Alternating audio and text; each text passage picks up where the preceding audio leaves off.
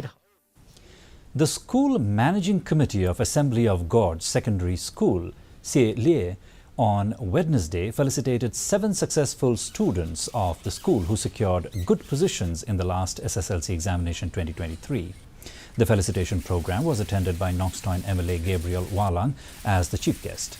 Mementos and prizes were given to the meritorious students.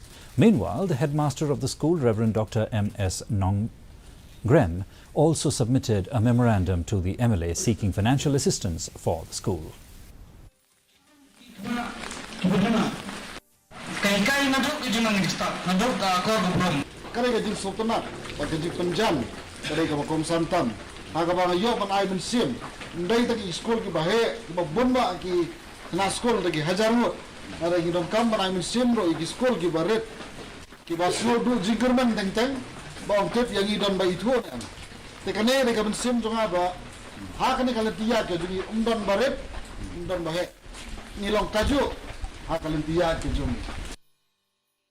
In a